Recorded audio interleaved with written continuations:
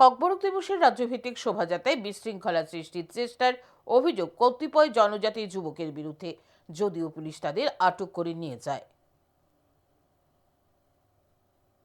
ককবরক ভাষায় রোমান স্ক্রিপ্টের দাবিতে বিভিন্ন জনজাতি ছাত্র যুব সংগঠন আন্দোলন চালিয়ে যাচ্ছে। সোমবার ৪৮তম ককবরক দিবসে সেই আন্দোলন অন্য যাহারা নাই। রাজধানীতে এদিন ছিল শোভাযাত্রা।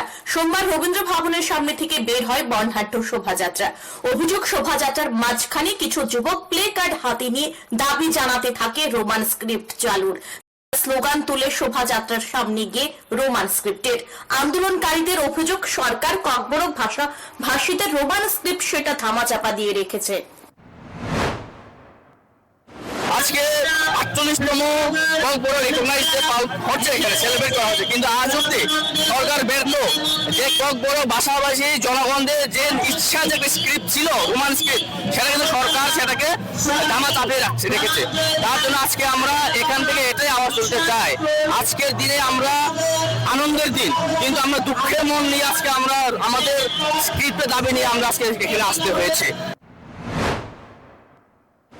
এদিকে বিধায়ক রামপদ জমাতে এই ঘটনা নিয়ে বলেন, এটা দুঃখজনক ঘটনা, সুন্দর র্যালিকে বিঘ্ন ঘটানোর চেষ্টা করা হয়েছে।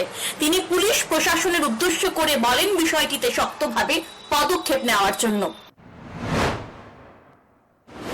সুন্দর একটা চলছিল ঐতিহাসিক ৪৮তম, ওইখানে কারা এটাকে যারা এখানে পাঠিয়ে দিয়ে আমাদের শান্তিটাকে ভগ্ন করার চেষ্টা করেছে, তার জন্য পুলিশ প্রশাসন আমি বলবো শক্তভাবে এটা যাতে কারবাই করা হয়।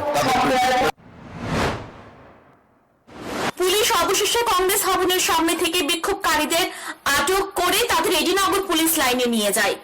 Bureau report, news today.